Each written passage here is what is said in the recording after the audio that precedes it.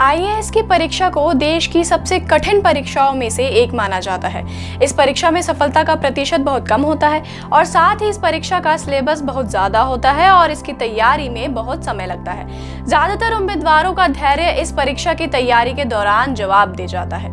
कुछ जीवन में विपरीत परिस्थितियों के कारण इस परीक्षा की तैयारी छोड़ देते हैं। अगर आप भी किसी परीक्षा की तैयारी कर रहे हैं और जीवन में कठिन परिस्थितियों का सामना कर रहे हैं तो आपको भी कुछ चुनिंदा लोगों की कहानियां सुननी चाहिए जिन्होंने अपने सपनों को साकार कर दिखाया है। और शायद यह कहानियां आपको इस बात का एहसास करा देगी कि कठिन परिश्रम और पक्के इरादे से कुछ भी मुमकिन है। नमस्कार, स्वागत है आपका प्रभात एग्जाम के यूट्यूब चैनल पर। यह एक ऐसा प्लेटफॉर्म है जहां आपको मिलती है सभी कॉम्पिटिटिव एग्जाम्स के बारे में महत्वपूर्ण जानकारियां जो आपको किसी भी एग्जाम में सफल होने में मदद कर सकती हैं। अगर आप हमारे YouTube चैनल पर पहली बार आए हैं तो हमारे चैनल को लाइक और सब्सक्राइब जरूर करें और हमारी वीडियोस को सबसे पहले देखने के लिए बेल आइकन जरूर दबाएं। तो आइए शुरुआत करते हैं आज की इस वीडियो की success stories of IAS exam.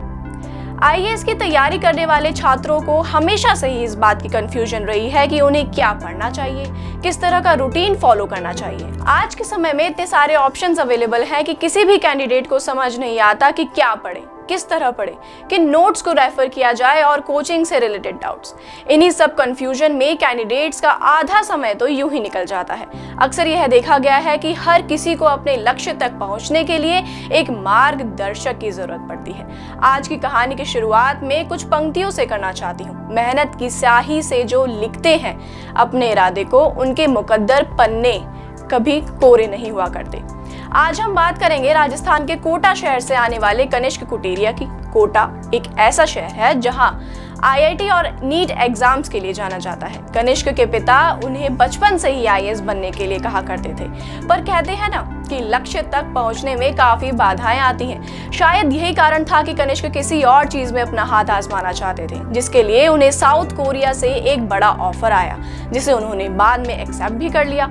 Private sectors में हाथ आजमाने के बाद वह साल 2016 में भारत आए, जिसके बाद उन्हें एहसास हुआ कि शायद वे भारत के लिए अपना योगदान दे सकते हैं। साइंस स्ट्रीम से पास होने के बाद ये उनके लिए काफी चुनौती भरा था, पर फिर भी उन्होंने इसे पॉजिटिव वे में लेकर इसकी प्रथम स्थान प्राप्त किया।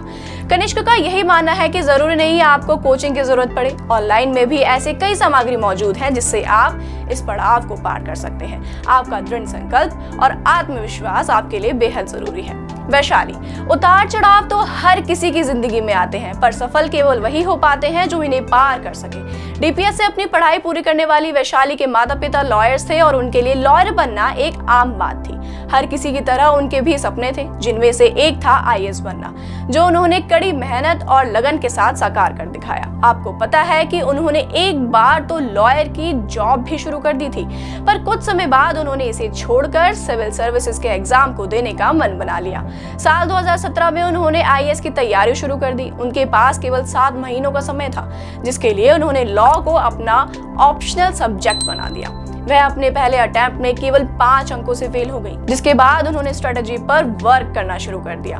दूसरे अटेम्प्ट के दौरान उन्होंने 3 अहम बातों पर ध्यान दिया: limited sources, regular newspaper readings, enough mock test practices, और सफलता प्राप्त हुई।